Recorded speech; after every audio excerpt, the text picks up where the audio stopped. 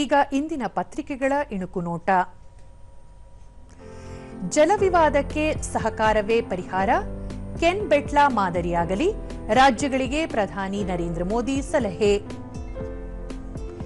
AI ಆಧಾರಿತ ಶಿಕ್ಷಣ ಸಮಗ್ರ ಪುನರ್ರಚನೆಗೆ ಕೇಂದ್ರ ನಿರ್ಧಾರ. ಸಿಎಂ ಪದವಿಗೆ ಸಿದ್ದರಾಮಯ್ಯ ಅಧಿಕೃತ ವಿದಾಯ. ನಾಡಿದ್ದು ಧರ್ಮಸ್ಥಳದಲ್ಲಿ ಮಾತೃಶ್ರೀ ಇಂಡಸ್ಟ್ರಿಯಲ್ ಪಾರ್ಕ್ ಉದ್ಘಾಟನೆ, ಶ್ರೀ ಧರ್ಮಸ್ಥಳ ಸಿರಿ ಗ್ರಾಮೋದ್ಯೋಗ ಸಂಸ್ಥೆಯಾಗಿ ನಿರ್ಮಾಣ, ಉಪರಾಷ್ಟ್ರಪತಿ ಸಿಪಿ ರಾಧಾಕೃಷ್ಣನ್ ಅವರಿಂದ ಲೋಕಾರ್ಪಣೆ. ಸಿಂಗಾಪುರ್ ಓಪನ್ ಬ್ಯಾಡ್ಮಿಂಟನ್ 2026 ಕ್ವಾರ್ಟರ್ ಫೈನಲ್ಗೆ ಸಿಂಧು ಲಕ್ಷ್ಯ ಸೇನ್. ಇವು ಇಂದಿನ ಪತ್ರಿಕೆಗಳ ಪ್ರಮುಖ ಸುದ್ದಿ. ಉಳಿದಂತೆ ಜೂನ್ 2ರವರೆಗೆ ರಾಜ್ಯದಲ್ಲಿ ಮಳೆ, ಹಲವು ಜಿಲ್ಲೆಗಳಲ್ಲಿ ಆರೆಂಜ್ ಅಲರ್ಟ್, ಗುಡುಗು ಸಹಿತ ಭಾರೀ ಮಳೆ ಸಾಧ್ಯತೆ.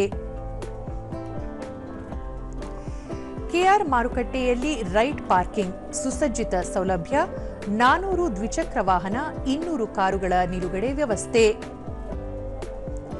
ಮೊದಲ ಹೈಡ್ರೋ ರೈಲಿಗೆ ಅಸ್ತು, ಪರಿಸರ ಸ್ನೇಹಿ, ಗಂಟೆಗೆ 75 ಕಿಲೋಮೀಟರ್ ವೇಗದ ಸಾಮರ್ಥ್ಯ. 2027ಕ್ಕೆ ಗುಲಾಬಿ ಮಾರ್ಗದ ಸುರಂಗ ಮುಕ್ತ, ಕಾಳಿನ ಅಗ್ರಹಾರ ನಾಗಾವರ ಸಂಪರ್ಕಿಸುವ ಕಾರಿಡಾರ್, ಸಿವಿಲ್ ಕಾಮಗಾರಿ ಇನ್ನೂ ಬಾಕಿ. ಅಮೆರಿಕ ಇರಾನ್ ಸಂಘರ್ಷ ಉಲ್ಬಣ, ಟೆಹರಾನ್ ಮೇಲೆ ಯುಎಸ್ ದಾಳಿ, ಇರಾನ್ನಿಂದ ಕುವೈತ್ ಮೇಲೆ ಪ್ರತಿದಾಳಿ.